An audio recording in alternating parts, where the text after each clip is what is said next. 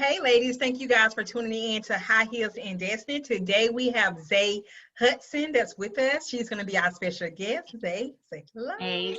Hey. Hey, girl. I'm so glad to have her a part of this platform, you guys. Today, Zay, we're going to talk about self-love. Self-love is an issue that most of us is dealing with or have dealt with. And so I think it is a much needed topic that needed to be discussed. So we're going to discuss self-love, how to deal with self-love, how to go through it, how to overcome it. So we're going to talk about self-love. So I'm so glad you guys that Zay is a part of this topic. She also have a YouTube channel that strictly focus on marriage. So you guys, if you're looking for a YouTube channel with marriage, I mean, she got everything there. And your YouTube channel, Zay, is called Zay Hudson also too. Right. And I actually added ministries. So now it's Zay Hudson Ministries on YouTube. But Zay Hudson it'll still pop up if you type in Zay Hudson, I'm pretty sure. Okay, perfect. So you guys, we're going to dive on in it. Self-love is something that we all struggle with. And this is something me and her talked about. And so we just going to jump into it, you guys. So Zay, my first question is to you is, what is self-love and what is love? What's the difference between the two? Oh wow, that's a good question. You know what, like, wow, I don't know. Honestly, I feel like it's the same thing, because in both you kind of have to be, how can I explain it? When you love somebody else, it's about being selfless. Okay, so that's what it is. Mm-hmm. I think that self-love is being selfish in a sense where, I think, wow, that is a hard question for me to answer. But you know what? I think self-love, okay, so this is my intake. I think self-love is more so focused on self. Right. Your person, like self-individual love, versus love is a multiple. Like it is something that it's an expression for more than just self. So I think that's the difference. Self-love is strictly for self, and love is, is spreaded. And I think it's just, you have to, for both, I feel like you have self-love and love, like the way you love other people, you should love yourself too. Like, I feel like it goes hand in hand. So it's like, you can't, you know what I'm saying? Like, it goes hand in hand. If you love the way that you love somebody, you got to give that same love to you, because it's self-love, So I feel like self-love and love it's the same thing. It goes hand in hand, honestly. That's what I think. Okay. Why do you think so many women struggle with loving themselves? Expectations. Honestly, I think we look for that expectations and also validation. I think that we put more emphasis on validation, and so when we don't get that, it ruins us. I don't want to say ruins, but it makes us struggle because we don't have that validation.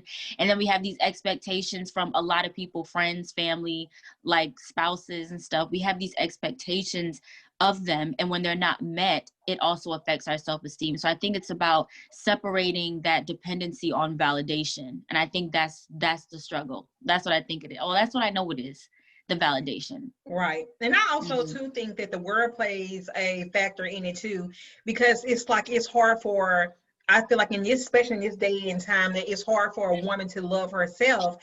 And it's a struggle because the world say, well, you need to look like this, you need to act like this, you need to have this certain type of body, you need to have this certain type of face or this certain type of skin complexion. So I also think like the word play a big factor, and it makes a woman struggle with self-love. And if you're not strong-minded enough to say, well, it doesn't matter what the world say, I'm going to love myself despite thereof what the world say, I think that also too, could possibly play a factor in what the world say, because they paint this picture and tell you this is what you're to look like in order to be pretty or to be fine or all this other stuff. And so when you don't look like that image, it's like, well, I don't love myself. I don't think I'm pretty. I don't think I, fit these different, qualifications or whatever. So I think that also plays a factor. Absolutely. And I think it goes like you said, it's about loving yourself. When you get to a point where you love yourself enough, it's like that doesn't matter anymore. And it's also about, I think, people pleasing, because at the end of the day, it's like, as women, sometimes you want to look good for ourselves, but we really want to look good for everybody else. And I think we have to get to a point where we're looking good for ourselves. And that's what my closest friend would tell me all the time, like, when you get dressed up and you put on makeup and things like that, like, don't do it just for validation from everybody else. Do it so that you can feel good, because when you look good, you're going to feel good. And so we have to get to a point where we're doing it for us and not for anybody else. And as long as we feel good and we think we look good, that's all that matters. But it is hard to get there because of the society that we're in now. It's definitely hard. Absolutely. That's really good. What was your relationship like with your father? I was As a little girl growing up. I was close to my dad. I was close to my dad up until a certain age, and I don't really remember when we stopped being as close as we were, but there just came a point in time where it kind of fell off. And I think it's just as I got older, you know, with girls it's harder because as you get older, you're a girl. Like your interests are different. It's just different. So as I got older, we always were close. I think the things that we used to do that kept us close, we stopped doing it because I wasn't interested in it anymore. So like playing video games and things like that, I was more focused on boys, you know, and me trying to look good, things like that. So over the course of time, we weren't as close, and he wasn't, I mean, my dad spent a lot of time like on his hobbies and working. My dad worked a lot. He worked he would get up at like 2:00 in the morning to go to work, and he wouldn't be back home until like 4:30 in the afternoon. And then when he would come home, he was working on cars, doing things that he loved to do. He wasn't really in the house all the time. So it's like he was there, but he wasn't really in the house enough for us to do the things that we used to do, for us to spend time together, to be close. So that's what that was like. Okay. Do you feel like you got the proper love and affection you needed from your parents?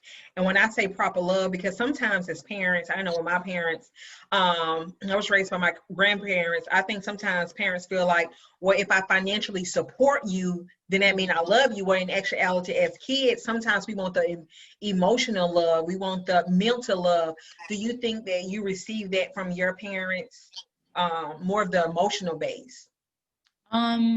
I think that back then I never really focused on that. I never really thought about my parents loving me. But as I got older and I started to wonder why I was the way that I was, I think I did realize like I did need a little bit more affection from both of my parents, you know. But I don't hold it against them, because I know, like, although they're my parents, they're still human. They still have feelings, you know. They may be struggling with certain things, but I don't think I got the affection that I needed at all, actually. I'm not saying that they didn't love me, but it being expressed, it wasn't an often thing.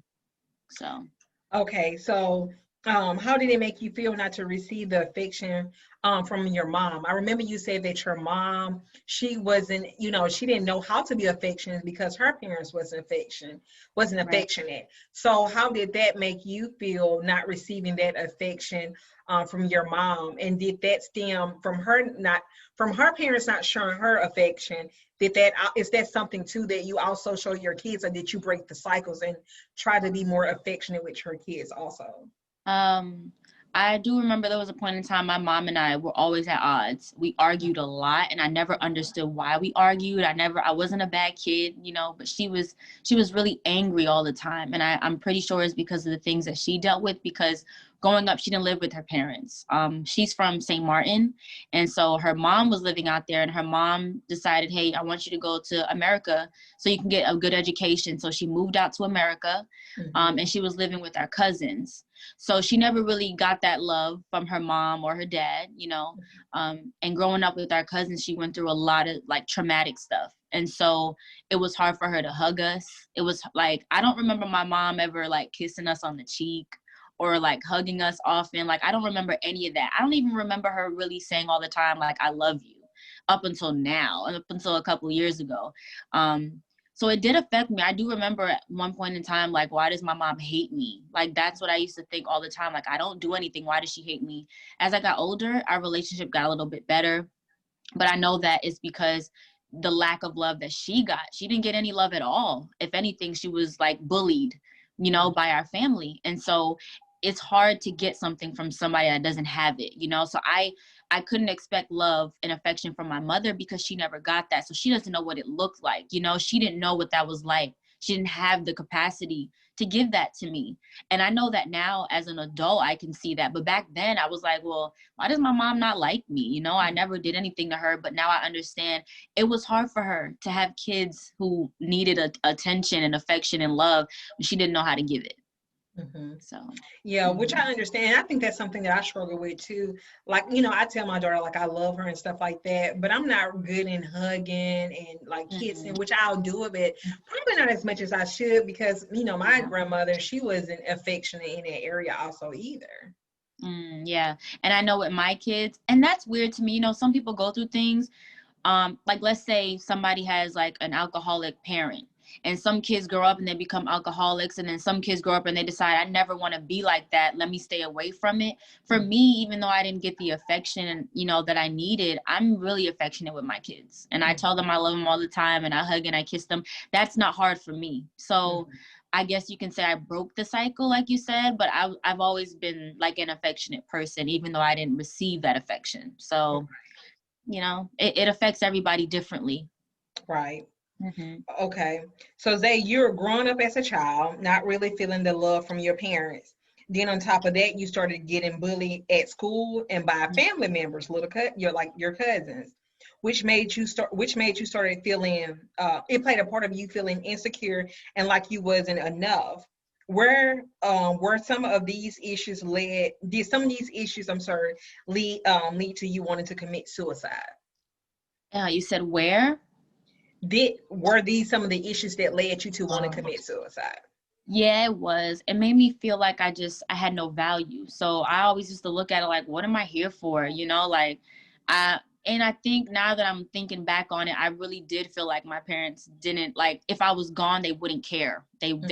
Nothing would change, nobody would notice. So for me, it was hard, like, I just felt worthless. And I was just like, well, nobody likes me. Nobody thinks I'm beautiful. Like, what's the point in me being here? So, and I was young with those thoughts. I mean, I was really young. I was like maybe like 11 or 12 years old, like feeling like that for years. And so they definitely played a part in me feeling like that and like dealing with depression and everything, which was really unhealthy because I had put a lot of emphasis on getting love from everybody else. And I was too naive to understand, like, you need to love yourself. I remember people used to tell me I needed to love myself, and I would say, I don't know how. Like, I literally didn't know how to love myself. It was a foreign concept to me, So for me, the only solution was, if I don't have to be here anymore, I don't have to worry about it. I don't have to feel what I feel, So for me, that was like the only way out of it.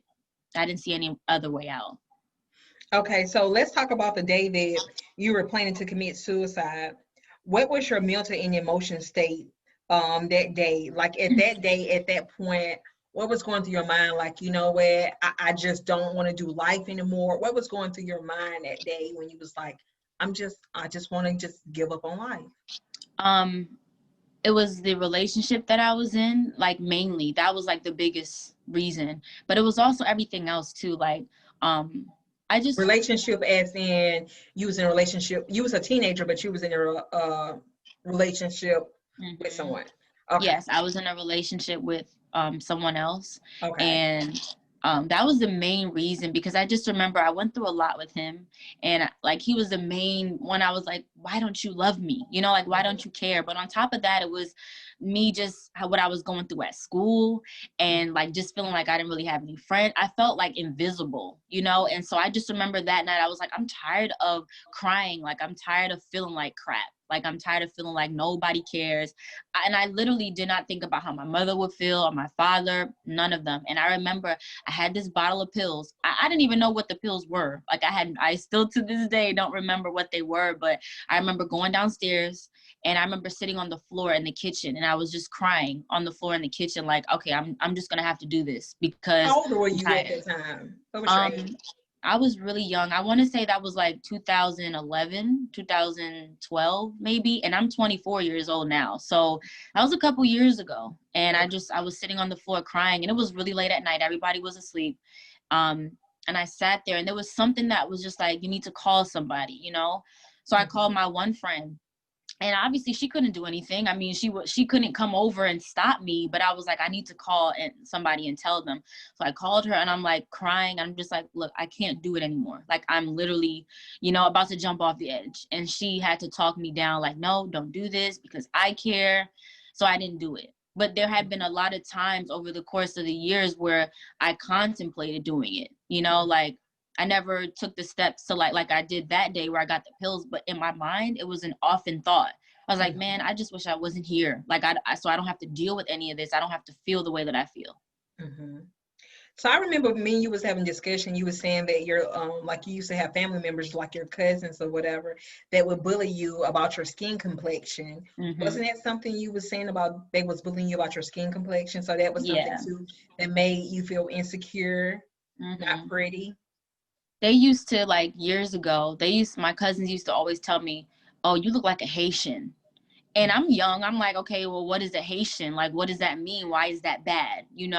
And so that's one thing they used to say. They used to just laugh at me. Like, and I don't even know, like, what they were laughing about, but they would just bully me all the time, like, talking about how ugly I was and just making fun of me. And that played a big part in everything, too, because it's like, you're my family. And, like, you treated me like this, So then as I got older and I was in, like, the second grade, because I used to live in New York.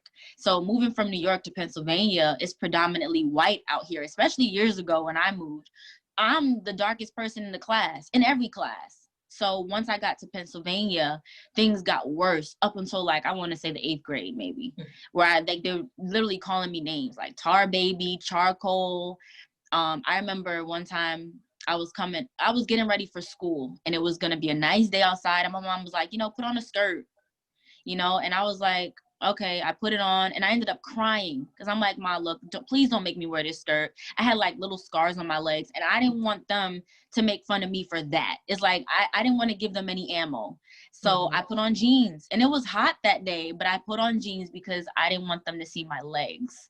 I didn't like my knees. My knees were dark. I didn't want them to like say something about that. I even remember one time, like, when I was a little bit older, I was on the school bus and I used to sit with one of my friends and she wasn't there that day. And one of the older girls in the back of the bus was like balling up paper and throwing it at me, and her and the boys in the back were laughing. And I remember getting off the bus, like walking home crying because I didn't understand, like, why me, like, why, and I remember getting home and mom was like, what's wrong? She thought something had happened to me. And I'm telling her, like, this girl's bullying me. Like, these girls won't leave me alone, So it was always, every day it was something. It was always something, every day. Okay. And let me ask you this. You mentioned that you had been struggling with depression since the age of 12.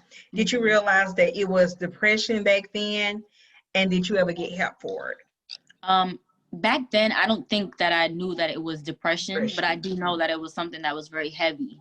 And I was very aware of that. And I never got help. Never, because I don't think I told my mom. But as a mom, I feel like I think my mom knew, but my mom didn't really know like what to say, and I tried to hide it, but I still feel like she knew. But I didn't get any help for it because, like I said, I didn't know that it was depression until years later. Okay. How did it make you feel? I remember you saying, I remember you said that you felt like as a child growing up that you was the one that was always giving love, but you never received it back. What did giving love look like as a child? Do that mean like you was giving it to family, or when you was in relationships you was giving it and never receiving it back? What did that look like? I wouldn't say really family, but as far as friends, as far as that relationship that I was in, I was very selfless, almost to the point of like literally like losing myself. That's what it was like. So for me, it was just, I was always there. Whatever you needed, I'm there. That's just the kind of love that I used to give, really selfless. Like, so when I say I would always give it, I never got that back in return. Like, there was no, to me, that's what love was. I wasn't getting it, especially in that relationship and with my friends. So that there was no reciprocity at all, not even a little bit. Okay. You struggle. Okay, so you struggle with not feeling pretty amongst your friends. How did those emotions affect you? What made you, like, out of your friends, because you're pretty, Thank you. So what made you out your friends like feel like, you know, I'm not pretty? You know, was it the skin complexion? Was it the way you wore your hair, or you didn't get as much attention? What was it? For one, I've always been a really slim girl, like very skinny, and my Mm-hmm. friends had boobs and they had big butts. I was Mm-hmm. never like that. So that was Mm-hmm. one of them. As far as skin complexion, my two closest friends at the time, one was my skin complexion and one was a little bit lighter. But that's the thing, I didn't get the attention. I also, like, they had jobs. So they were able to like buy the clothes that they wanted. So for me, I didn't have the money to look the way that I wanted to. I didn't feel as pretty as them because they got attention from everybody. You know, they had the boobs and stuff, like I said. So it was all of that. And I do remember like being in class and sitting next to, like, even if they weren't my closest friends, but girls that I would talk to, this one Mm-hmm. light-skinned girl, I used to sit next to her. And I would immediately just like fall into like a state of despair, like depression almost. Like I would be happy throughout the day. And then as soon as I was there and I was looking at her, I would start to feel down because I felt like people were looking at us, like while I'm sitting next to her, and just like, okay, she's ugly. You know, I felt hideous sitting next to her. So Mm-hmm. like I could be good throughout the day, and as soon as I got to that class, I'm like, oh, you know, like, wow, she's so pretty. She has all these friends and she's light skinned, Mm-hmm. and, you know, like she has nice clothes. And then there's me. So from that point in the day until at the time I went home, I was like sad because I kept realizing like, you're not valuable type of thing. Like that's literally what happened every single day. And I'll never forget that, like feeling, and people used to notice like, well, Zay, what's wrong? Cause like you were just okay, you know, but I couldn't tell them, oh, well, I feel ugly. But that's Mm-hmm. what it was. Like I would sit next to her and I would feel really horrible about myself because she was pretty and she was light skinned and she had good hair, you know, Mm-hmm. and then there was me. So And yeah, it was. you know, and I hate that about our race because I mean, I don't think no skin complexion is prettier than the other. I don't think no Yeah. race is prettier than the other. You know, we all define pretty, you know, differently. So I don't think, well, because this person is light skinned, she's cuter than me, you know, because in actuality, you can be lighter, but if your heart is not right, you know, it doesn't matter. And I think something that people we miss sometimes, beauty comes from the inside out. And I Mhm. always give this analogy about an apple. You can get an apple and it's red and it's shiny and it's bright. But if the inside is rotten, you don't want it. So Yeah, it's that's like it right. doesn't matter what the outside like. Yeah, she can be light skinned, she can have long hair, but if her insides is rotten, it's like it doesn't matter. She don't get any more credibility than the next woman. Yeah, and that's true. But you know, at that age and like the Right, time that I was growing up, being right, light skinned was like the thing. That was the trend. If you was a light skinned girl, you got all the attention. The dudes wanted you. So for me, being dark skinned, like I didn't get any attention. Like nobody right, wanted me because I'm darker skinned.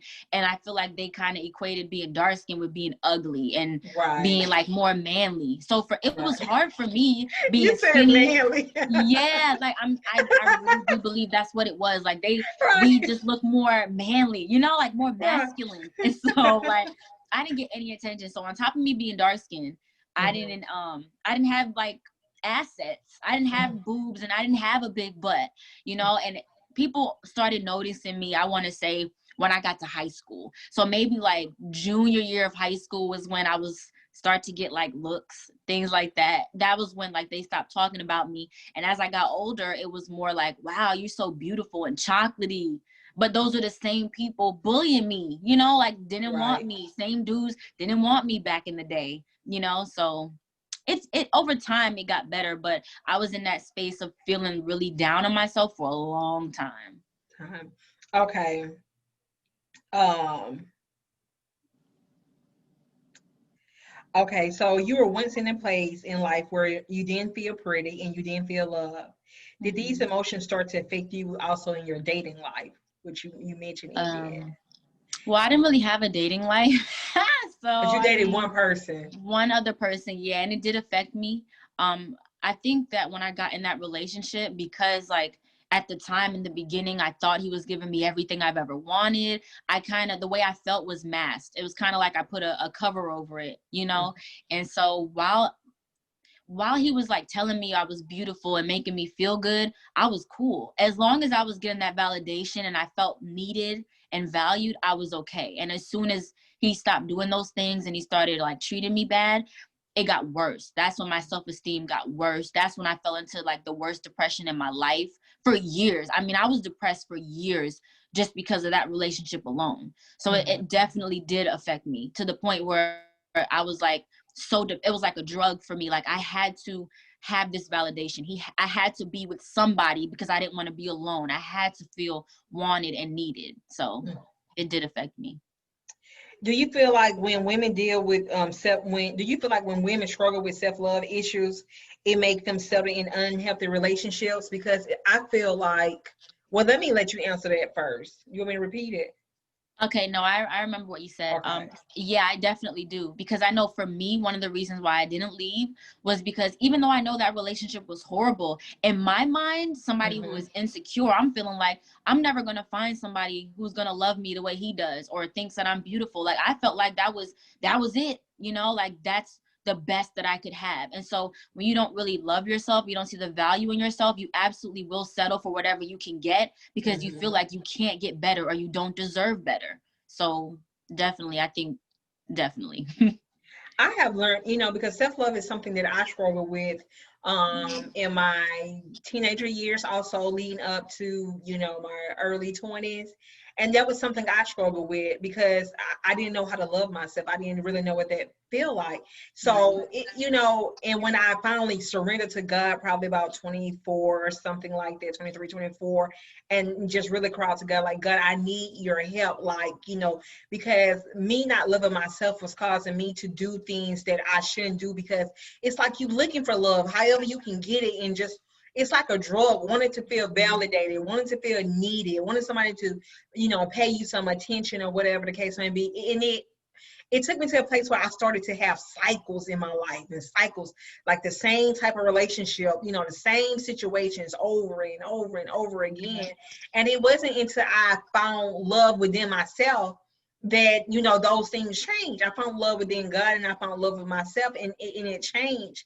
And I always tell people, in which my platform is based off of too, is self-love. Like, self-love is the best love ever. And until you can love yourself, it's like you could never be in a healthy relationship because you don't have it for yourself. Like, it's the best feeling you can possibly experience. But I don't think that people know how to love themselves. They don't know where to start from.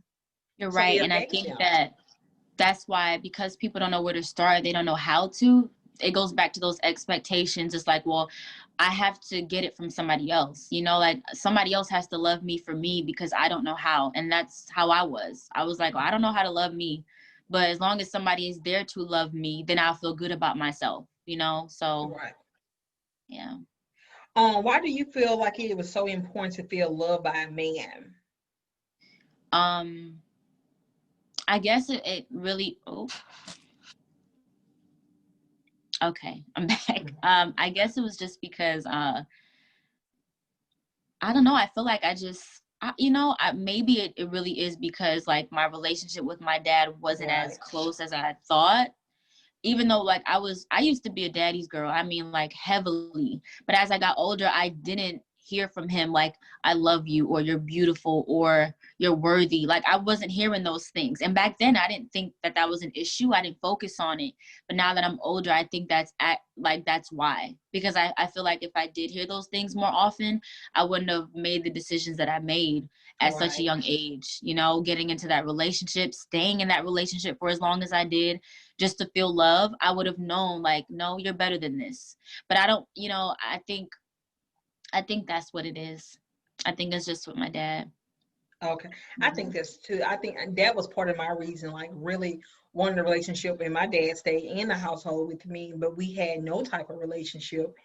And just really wanting to feel that love from my dad. Like, it's nothing like I think it's so important for a daughter to have or a child to have a relationship with her father, because if a father feed her this stuff like, you beautiful, you don't need a man to do this, and all this other stuff, that it would build up a woman, self-esteem or whatever. So when a guy do come along, he can't just whisper her no sweet old thing and then she just fall for it. So I think that, having a father to tell you those things play a major role with loving yourself.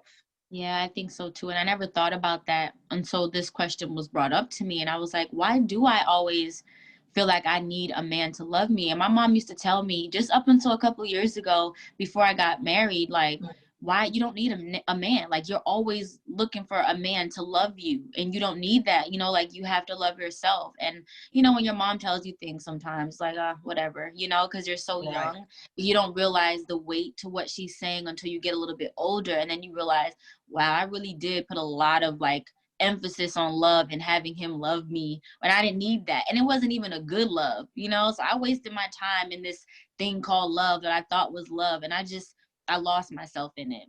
Right. So, How do you feel about everybody wanting love but doesn't want to give it to themselves? Like everybody want love. I want love. She want love. They want love. Love, love, love. But no one wants to give it to themselves. How do you feel yeah. about that?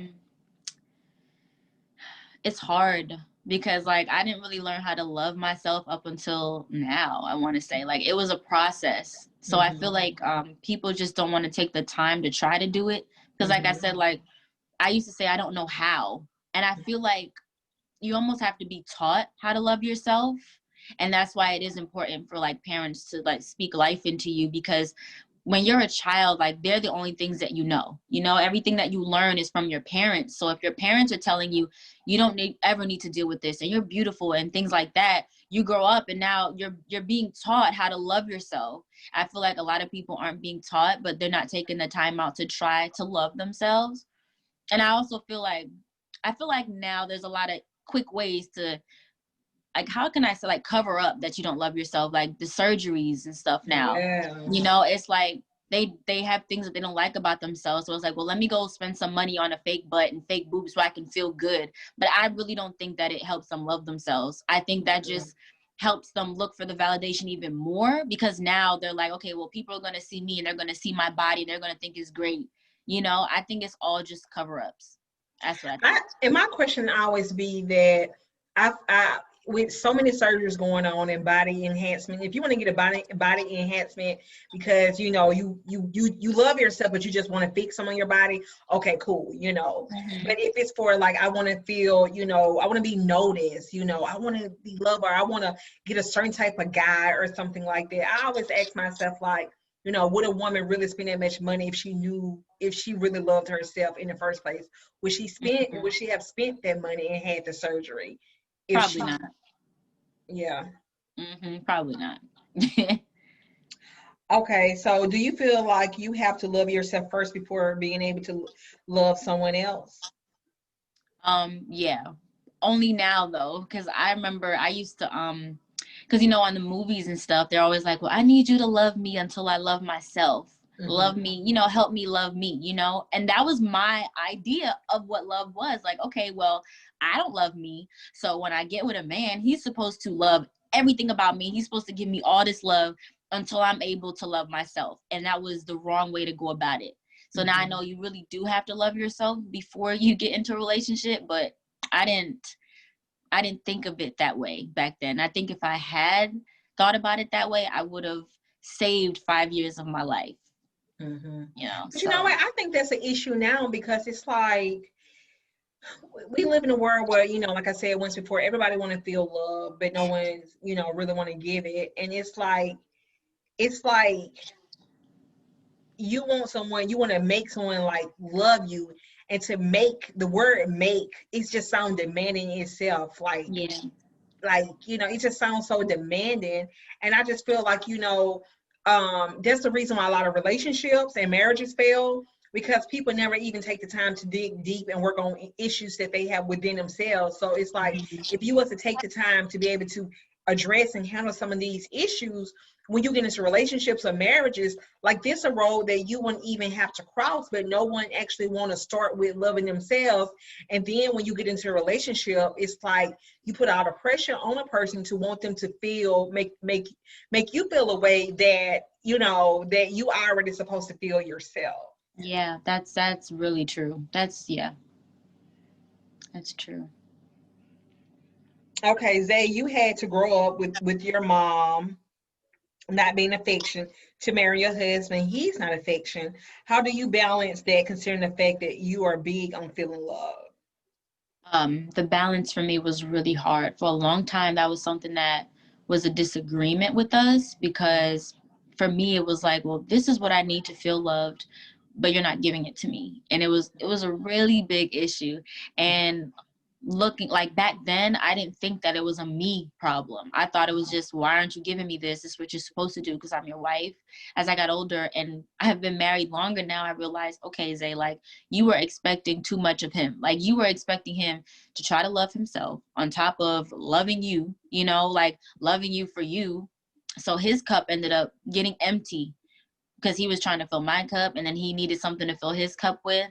So it was something that I really struggled with. I couldn't find a balance. Mm-hmm. And that's something that ended up being one of the reasons why I was like, well, I can't do this. Like I used to feel like, well, I'm not going to be in this. I can find somebody else who's going to give me all of that, you know, but I that was a me issue. That was something that I had to work on personally because I had those expectations that were just unrealistic. And you know what, ladies, and I want to put this out there. We're not saying being in a relationship where you're, you know, the person you're in a relationship or your spouse don't love you or, you know, show you an affection. That's not what we're saying by any means. What we're saying is when you start to idle those things like a God in your relationships, that's when the problem comes in at. So don't be in a relationship and the person don't love you by all means necessary. It's not what we're saying. But when it's an idol, it's like a drug to you, that's when it definitely becomes a problem. Yeah, and it wasn't idle. And like I said, back then, I didn't know that. And, you know, when you get married, you don't know those things. You don't know that that will ever happen. You don't realize these things. But as I got older, I was like, okay, that was my mistake. Like, I was doing too much, you know, because I didn't love me. And that was the biggest problem. Okay. So how did you begin to start to love yourself, and what did the journey look like? I mean, I only started trying, I wanted to say a couple of months ago with the help of my friend, because I had thought that I was over. I remember 2018, it was a couple of months after I got saved. I was like in love with myself. Like that was the first time ever in my life that I was like, you know what? You are beautiful and nobody's going to tell you any different. And I remember the day I was sitting on my bed and I was just writing in my journal. That was back when I used to journal. And I'm like, you know what? I'm gonna just love me. It just was like a light bulb went off in my head. And so after that, I was completely in love with myself. I mean, I remember I shaved my head, like I cut my hair off, and I felt good about myself. Like nobody could tell me any different.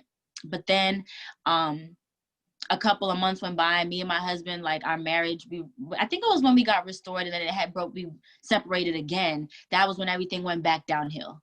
And so from then, that's when I started struggling up until a couple of months ago. And the way that I kind of helped myself, my friend was like, look, you got to start doing things for you, like I was saying earlier. So she would tell me, when you're in the house, right, do your hair, you know, put on something cute. You don't have to walk around looking, you know, like Who Shot John, you know, right. Do your hair a little bit, put on something cute, you know, and when you do that, you know, you'll start to feel better about yourself, because when you look good, you'll feel good. And I remember telling her, like, what's the point?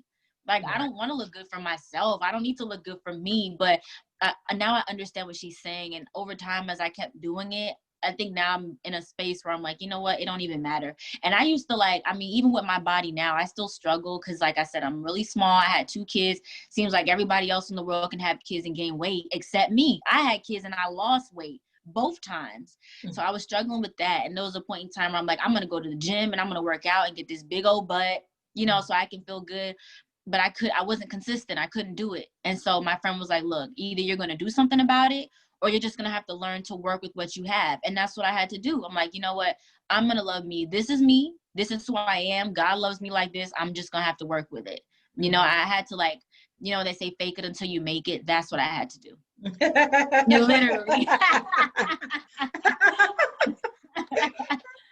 Man, that's what I had to do. I had to just tell myself, yeah, you're beautiful. Even if I didn't believe it, I just had to keep like, okay, well, this is beautiful about you and this is beautiful about you, you know, and I just had to keep doing that. Right. So I want to sit here on these topics for a little second, because even with my journey, when, you know, I didn't feel like I was cute or whatever the case may be, I think we need to sit here for a second. There's ways to start this journey, because we discussed that maybe sometimes people don't know how, women don't know how to start loving themselves. So I remember part of my journey or whatever, when I And this is so like true.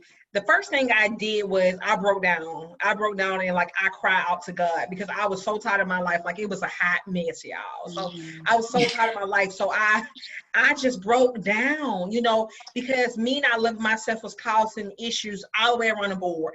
Not just a physical thing, but it was causing, you know, emotionally, mentally, you know, physically. It was all across the board. So I just remember having that breakdown in my apartment, and I just cried out, and God hear your cry. So when you just really get to that place and you tired and you just cry out to God, like God acknowledged that. And I was like, God, help me. Like, I cannot continue to go on this path. And I remember when I began the journey of loving myself, it started off with little things. I didn't think that I was cute. So I would just get up every day and make myself look in the mirror and be like, you cute girl. And I didn't feel it then. Like you said, you fake it until you make it. I didn't feel it back then. Or I'd be like, I'm fine or something like that. I didn't feel it. But as you continue to feed your spirit, as you continue to tell yourself something over and over again, eventually you start to believe it. So as I continue to tell myself, in the first week I'm eating changing, but the second week by a month, I started to be like, oh, okay, girl, I am cute. Even when I didn't think I was cute, I would still claim it. I would say, because the Bible says speak those things as though they are, you know. So I would speak it into existence. I am cute. I am beautiful. I am strong. I am intelligent. And as I started to feed my spirit these things, my confidence just naturally went from 0 to 100. I'm not going to say real quick, but it was a transition, and my confidence started to grow. And something else that I did for myself, and my friend used to talk about me for this. I used to be like, girl, I'm going to do me a hot bubble bath. And I would do a hot bubble bath. She's like, but wait, ain't nobody going to be able to see you or smell you. I was like, I don't care. So that was something I did for me, but it made me feel good. I would do a hot bubble bath. And I would still put on me some cute lingerie after I got the tub, because I want to learn how to do this stuff. And let me kind of, I want y'all to hear this right here.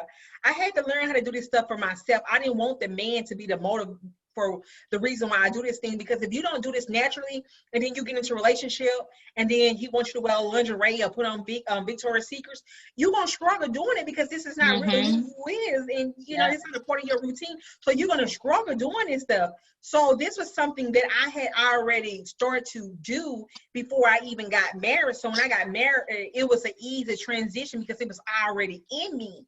So it was just like me taking hot bubble baths. I would turn off the light. I would put some candles on, get out the tub, and I would put on some cute lingerie, and I would go to bed. Ain't nobody in the bed with me. Right.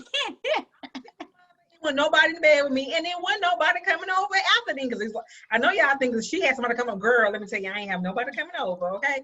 It was just me. It was nobody but me, but it made me feel good. And then also, too, you know, we get into this things like, I want to go on a date, but I don't have nobody to take me. Girl, take yourself on a date. I started learning how to take myself on a date. I would go out to eat. If I wanted to go out to eat, I would get cute and I would go out to eat by myself, or call a friend and go out to eat. Or even if I just wanted to do me a fast food carry out in the house, I would, you know, take me a nice hot bath, put on me some cute little shorts and a little tank top from Walmart, and have me something to eat. So it's so many things that I would do to make myself feel pretty or whatever. And these are the things that help me. These are the things that helped me on my journey to feeling pretty, was just really feeding into myself, planning things into myself. It's just a start. Everything, if you say to yourself, like, I need a man to go out, or I need a man to travel, that's like the wrong mindset. Like, you have to know how to do this stuff for yourself. And once you know how to do it for yourself, you won't get into a relationship and feel like you got to have a man to do these things. You're right, because just everything you said, like, the thought of wearing lingerie to me was embarrassing, because I'm like, I used to think, like, I felt like if I put it on, I was going to look stupid, and it was going to look like I was trying too hard. So for me, that was out of the question. I've heard of going on dates by yourself. For me, I was like, no, because that's embarrassing. Imagine me going to the movies, sitting there by myself. So you're right. Like, all those things were really taboo for me. So like, I never, when it was time where I could like wear lingerie and stuff, I was like, well, I'm not doing it, because it's no point. Like, I'm just going to look dumb. And my mindset really was like, well, like, even just going out, I don't want to go out unless there's somebody there with me. The thought of going out by myself, it didn't, for me, it was no benefit you know, but now I absolutely understand the importance of doing things for you, looking good for you, like going out for you. If you want to look good all the time, like I love heels, and I used to want to wear heels all the time, but I never did it because I didn't want to be that woman who wore heels just going grocery shopping and people looking at me like, you know, like she's doing too much. But now when I go out, if I want to wear heels, I'm going to do it. I don't care anymore. And I think that is also a part of me, like, understanding like it's okay for me to do that, because who cares what anybody else has to say. And a big part of it is also reminding yourself that even when you don't look good, like even when your hair isn't done or you don't have the nicest clothes on, that is not bad. It's okay to not look good, because you can still be beautiful even when your hair isn't done or you got on plain, you know, clothes in the house. And that's a big thing I had to tell myself, because for me it was like I have to look good. And when I didn't look good, like I felt like I was like I don't know, especially with my husband, like I felt like if I didn't look good enough, like he was gonna be unattracted to me, you know, like all the time. So when I was in the house, I used to feel bad, like, wow, like I don't look good, I don't have my makeup done, my hair is not done. But now it's like, you know what, look, I don't care, I'm in the house, I got 2 kids, I still look good regardless. You know, so it's also about reminding yourself that even when you don't look good, it's okay to not always, you know, be done up, because you're still beautiful, you know, even without all that. And FYI, women, men actually find women more attractive when they don't have all that stuff on. You think? Whether women believe it or not. Like when you ain't got the eyelashes and you just regular face or whatever the case may be, that's when they really find. And I have heard many men say that, you know, and it's crazy. Like that's when they find you most attractive. So it's okay to wear the weave and the stuff like that. But when you idolize that thing and you need that stuff to feel pretty, that's also a problem. Like you got to get down to the naked truth, like the nakedness of yourself. Like, okay, if I don't have on weave, you know, do I still think I'm pretty? You know, if I don't have on the lash and the makeup, do I still think I'm pretty? You know, that you got to get to that place where you feel pretty even when you don't have that stuff, because at the end of the day, those things don't define you. You define those things. Right. That's right. You absolutely right. And it was a struggle for me. I mean, it took, I'm about to be 25 in February. It took like most of my life for me to be able to, like, you know what, you're pretty. Let's just even say that I'm pretty or that I'm cute. You know what I mean? But now I'm like, okay, yeah, you are. Like, it doesn't matter, you know, what your body. Because like you said, I do remember there was one point in time where the Lord had gave me scripture, literally telling me like, what is on the inside matters more, like my spirit, my heart. So I had to learn how to love myself from the inside out, like you were saying. Like, okay, I'm a good person. That itself makes me a beautiful person. So I had to start there.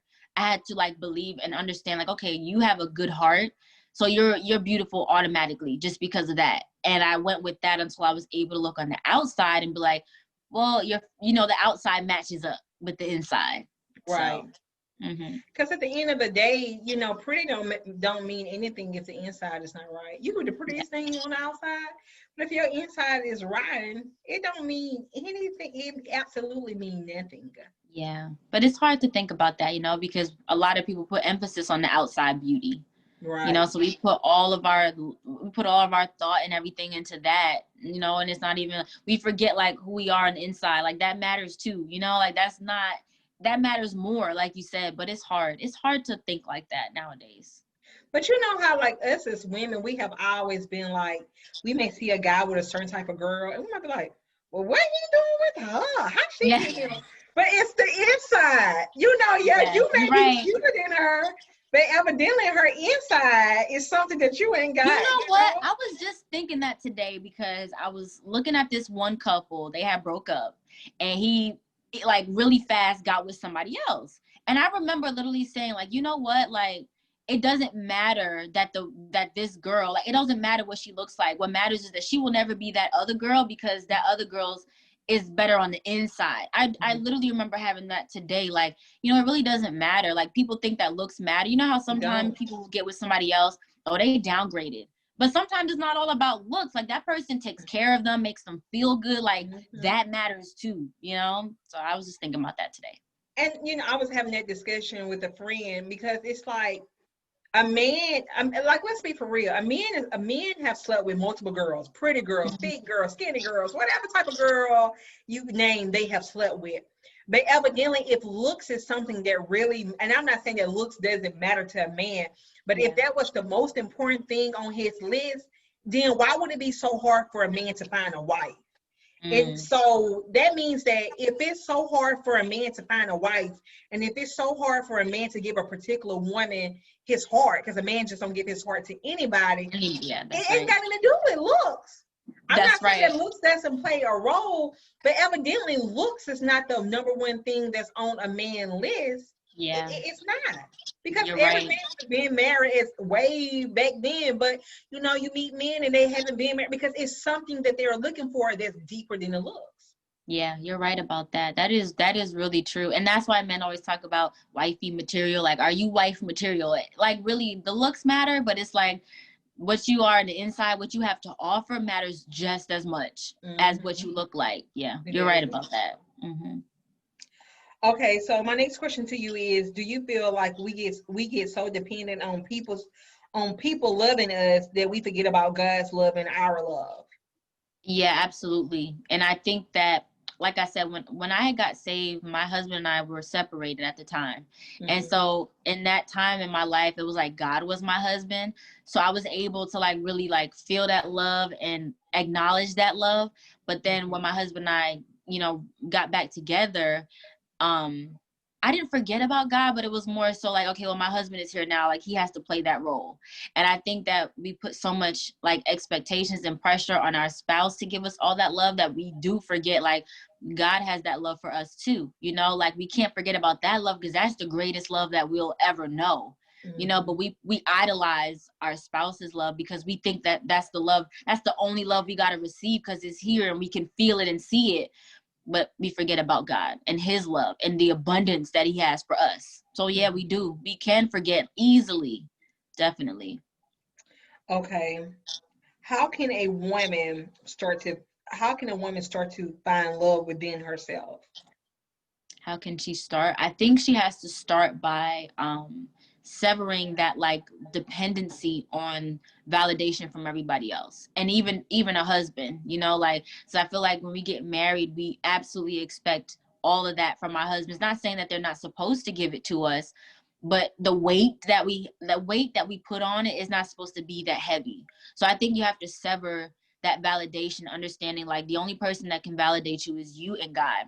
I think the first thing really is in severing that validation, it's getting to know God and spending your time with God and allowing God to love you, until you're able to love yourself. That's what I think it is. Like having a personal relationship with God will help you to love yourself first. So for a woman that may not, really know God, and they probably saying to themselves when you just made that statement, what does spending time with God mean? What does that mean? The same way that you would want to spend time in a relationship with a man or a friendship. That's what it is.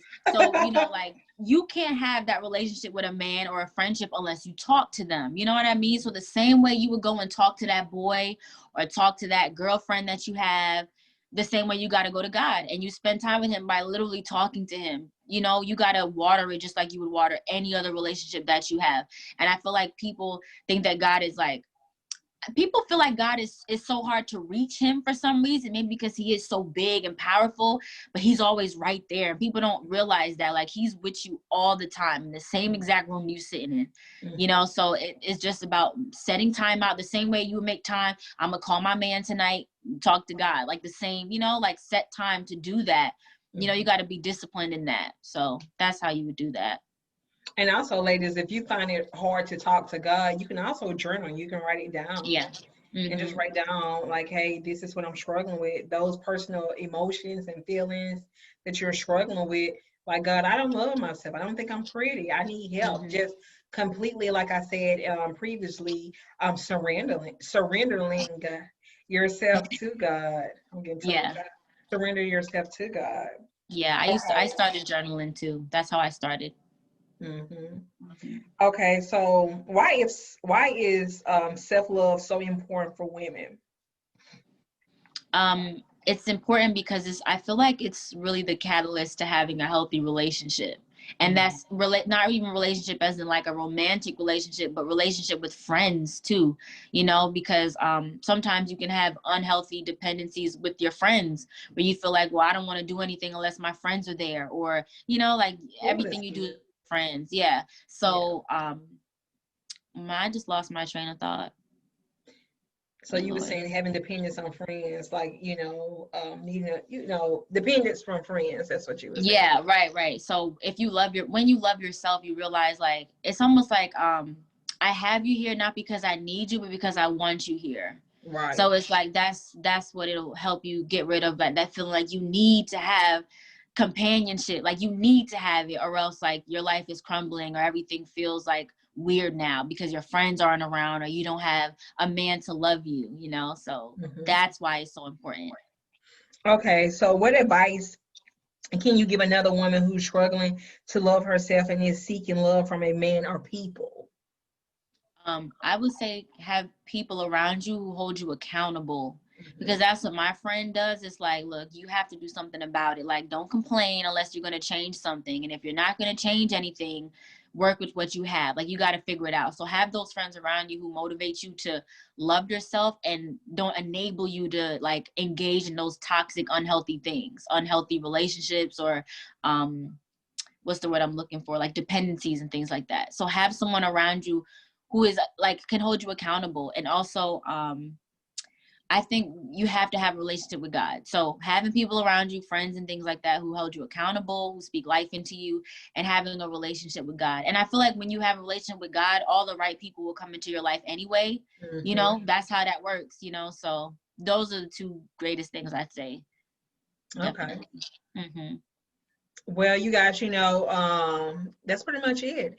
Self-love is the best love. Like, that's something somebody cannot take from me, is the way that I love myself. And it's only because of God, my confidence and my self-love. Like, it's the best feeling when you love yourself, because even if somebody's not giving it to you, you still know how to fulfill that need within yourself. Because when a man comes into your life, a man should never complete you, but he add to you. And I know I hear a lot of people say, well, he complete me or she complete me. A man is only there, a husband or whatever partnership, what type of ship, you know, it's only there to add to you. So you should already have all that. And they come in there just to add it to what's already there.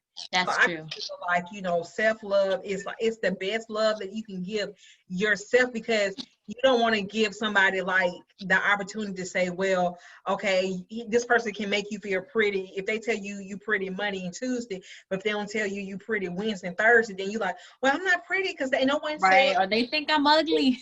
Right. So you don't want to ever to give anyone the power, whether it's a relationship. Even, you know, women, we can get caught up on like, well, I got on this new outfit and I went to work. Ain't nobody even complimented me, or only 2 people complimented me today. And I know I looked real cute. So then you start to feel some type of way because you didn't get all these compliments from, you know, family or friends, or you at work, or your spouse. Like, you got to still know in the back of your mind, like, girl, I am still the bomb.com. Right. You know, even if nobody tells me. Yeah. You got to have that attitude, because if you don't, then your happiness is going to be, you know, dictated off of what somebody else feel or say or think, and you don't want to give people that power. Yeah, that's true. That's exactly what it is. You give people that power to make or break you. That's literally what it is. You got anything you want to say? Close with any word of advice, wisdom, your journey? How's your journey going? As far as look, I think I want to tell people not to rush it, because I feel like, I know me personally, I was like, I really wanted to get to a space where I wasn't feeling the way that I felt. And I think I took shortcuts, and those shortcuts were unhealthy too, you know? So like, don't rush the process, but be like, what's the word? What like, you mean not when you say determined, shortcuts? What shortcuts? like I think like with my husband, like I tried to take shortcuts. Like, how can I explain that? Like, I was just trying to rush it. Okay, maybe if I, you know, just get new hair all the time, you know, like if I have new hair all the time, maybe I feel better. Like, those are my type of shortcuts. Like, that's the best way to explain it. Like I was trying to like cover it all up with like material things. Okay, if I have this, maybe I'll feel better. But you have to really get like on the inside. It's an inside type of thing, and you can't rush that, because really it's what it is it's healing. You can't rush healing. Like when you get a wound on like your legs or something like that, you can't rush it. You can't rush the scab, you know, you can't rush that. You just have to let it take its course. And that's what you have to do with yourself. You have to be gentle with yourself, and also like forgive yourself, you know, for not, you know, for allowing certain things to happen to you. And I think that's my greatest advice. Just take your time and be gentle with you the same way you would be gentle with a friend, you know, or like, you know, a lover or something like that. Take your time and forgive yourself. That's what I would say. That's good. Mm-hmm. And so if they want to find you on YouTube or Mm-hmm. Instagram, how can they go by contacting you? My name is everything. Facebook, Twitter, all of that is at Zay Hudson. I also have a ministry page on Instagram, which is Zay Hudson Ministries. And then YouTube is also Zay Hudson Ministries too, or Zay Hudson. Either way, Zay Hudson is like, you'll be able to find me, Zay Hudson on And everything. let them know really quickly, what do your YouTube channel cater to? It's really catered to, it started off as marriage, like a marriage ministry, really reconciliation in marriage, basically just letting people know, like, even if God is in something, doesn't mean it's going to be easy, but also doesn't mean that when it gets hard, you can just give up, you know, because God can fix it. So that's really what it's about, like reconciliation. Just, it's a marriage ministry. That's essentially what it is. But I'm trying to branch off into it just being ministry in general, and not just so focused on the restoration of marriage, because ministry is way more than just, you know, marriage is way more, you know, so that's what it's about. So I'm gonna bring you back, right, in December, Yes, yeah, to and we're talk gonna talk about about the I do after yeah, marriage. yes, yeah. Yeah, that. The truth behind marriage after the I Yeah, do. yeah, like You need that the one raw truth. ASAP. Yeah, yeah. Yeah. Appreciate you coming on here. I really do. I appreciate you coming on here and just being a blessing to this platform. And I hope that this video bless somebody. And I want to continue to follow you on your journey with self-love. Oh yeah, definitely. I mean, look, I'll update you, because it's still a process. So I'll definitely update you. Thank you for having me on here, because I mean, you didn't have to reach out, but you did. So It's a blessing for you to be on here. I appreciate it. oh, you're welcome. So you guys, thank you guys for tuning in, and we will see you guys later. Bye-bye. Bye.